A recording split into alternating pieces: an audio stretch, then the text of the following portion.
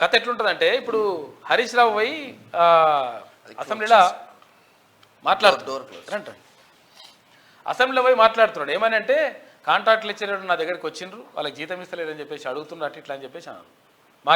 మేము ఆయన దగ్గరికి పోలేదు, ఆయన గురించి కనీసం పట్టించుకోలేదు. మేము అనవసరంగా మమ్మల్ని బదనాం చేస్తున్నాడు. ఈ ప్రభుత్వం మంచి చేసింది, గత ప్రభుత్వమే అన్యాయం చేసింది. కావాలంటే దానికి సంబంధించి కూడా వీళ్ళు ఒక లెటర్ కూడా పెట్టిండ్రు. రండి అన్న, వాళ్ళు లెటర్ కూడా ఒకటి పెట్టి అరే అనవసరంగా మా మీద బట్ట కలిసి మీద చేస్తున్నాడు, ఇది కరెక్ట్ కాదని చెప్పేసి ఇగో Telangana intermediate not regularised contract vocational junior lecturers association joint action committee చెప్తా ఉంది, జేఏసీ.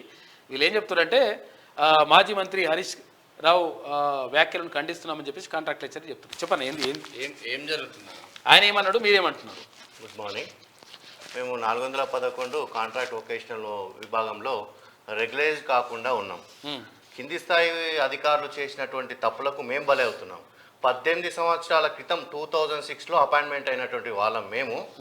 ఇప్పుడు మీకు క్వాలిఫికేషన్ లేదు, నెక్స్ట్ మీకు పోస్టులు లేవు, మీకు శాంక్షన్ లేవు, మీ జీవో 2 years మందమే అని చెప్పేసి ఇప్పుడు తీసుకొచ్చి మమ్మల్ని రెగ్యులైజ్ కాకుండా చేస్తున్నారు. దీనికి మేము ఖండిస్తున్నాం. 16 సంవత్సరం మాకు కావాల్సింది ఏంది? మాకు సర్టిఫికెట్లు కరెక్ట్ ఉన్నాయా లేవా మీరు చెక్ చేసుకోండి. మేము పిల్లలకు చదువు చెప్తున్నామా లేదా మీరు చెక్ చేసుకోండి. అది మా బాధ్యత. మమ్మల్ని మోసం చేసింది గత ప్రభుత్వం. గత ప్రభుత్వం మోసం చేసినారు.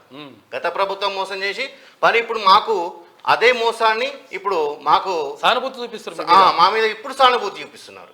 అప్పుడు పట్టేసుకోవాలి. అప్పుడు మేము దాదాపు 250 మంది హరీష్ రావు సార్ ఇంటికి పోయి ఆడపడుచులు పోయి పాదాభివందనాలు చేసినాం, అయినా పట్టించుకోలే. ఇదే హరీష్ రావు సార్ ఇంటికి పోయినాం, ఫొటోస్ కూడా ఉన్నాయి మా దగ్గర. ఓకే, చెప్పండి. పోయిన తర్వాత పట్టించుకోలేదు. ఇప్పుడు వచ్చి మేము ఎవరం కూడా సార్ దగ్గర వెళ్ళలేదు సార్. హరీష్ రావు దగ్గరికి నిన్న వెళ్ళలేదు, మొన్న వెళ్ళలేదు, ఎప్పుడు వెళ్ళలేదు. తర్వాత విషయం వెళ్ళకుండా నిన్న అసెంబ్లీలో కాంట్రాక్ట్ లెక్చర్స్ మా దగ్గరకు వచ్చారు, జీతాలు పడలేదని చెప్పేసి అన్నారు. కానీ మాకు సార్ వచ్చినప్పుడు, రేవంత్ రెడ్డి సార్ కాంగ్రెస్ గవర్నమెంట్ వచ్చినప్పటి నుంచి జనవరి శాలరీ పడ్డది, నెక్స్ట్ డిసెంబర్ శాలరీ పడ్డది, రెగ్యులర్గా పడుతుంది. అంతకు ముందుకు 5 నెలలు, 4 నెలలు, 6 నెలలు ఆగినాం. చూడండి ఎట్లా దొంగ ఆగినాం. ఇప్పుడు మాకు అందరి అకౌంట్లో కూడా మాకు జనవరి, డిసెంబర్ శాలరీస్ అందరి అకౌంట్లో కూడా క్రెడిట్ అయిపోయి కాంట్రాక్ట్ లెక్చరర్స్ కూడా పడ్డాయి. ఇది మాకు ప్రధాన డిమాండ్ ఏంటన్నా? డిమాండ్ ఏం లేదు, ఆయన అబద్ధం చెప్పిండు, మమ్మల్ని బదనాం చేస్తున్నాడు అనవసరంగా. ప్రభుత్వం మంచిగా సానుకూలంగా నిర్ణయం తీసుకుంటుంది. అందరు మినిస్టర్లు కూడా సానుకూలంగా స్పందిస్తున్నారు. మా కోమటిరెడ్డి గారి దగ్గర పోయినాము, శ్రీధర్ బాబు దగ్గర పోయినాము, సీతక్క దగ్గర పోయినాం. ప్రతి ఒక్క మినిస్టర్ దగ్గర పోతే మా మీద సానుభూతి చూపిస్తున్నారు. సీఎం సార్ దగ్గర కూడా విషయం వెళ్ళింది, అతను కూడా సానుభూతి చూపిస్తున్నారు. ఇప్పుడు మమ్మల్ని క్రిటిసైజ్ చేయాలని చెప్పేసి, వీళ్ళ కాకుండా చేయాలని చెప్పేసి మా మీద అసెంబ్లీలో నిన్న బదనం మోపాడు. దాని కొరకు మేము ఇప్పుడు వచ్చి మేము మాట్లాడడం జరుగుతుంది. పేపర్ స్టేట్మెంట్ కూడా అన్నింటిలో కూడా మేము ఇవ్వడం జరిగింది. మీ పేరేనా? నా పేరు Umamaheshwar, old Malakpet junior college GFC lecturer నేను. థ్యాంక్ యూ అన్న, కూర్చోండి మాట్లాడు.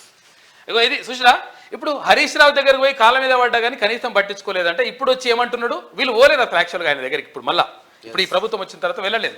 తర్వాత గత ప్రభుత్వంలో ఉన్నప్పుడు 5 నెలలకు ఒకసారి, 6 నెలలకు ఒకసారి కూడా జీతం సరిగా పడకపోతుండే.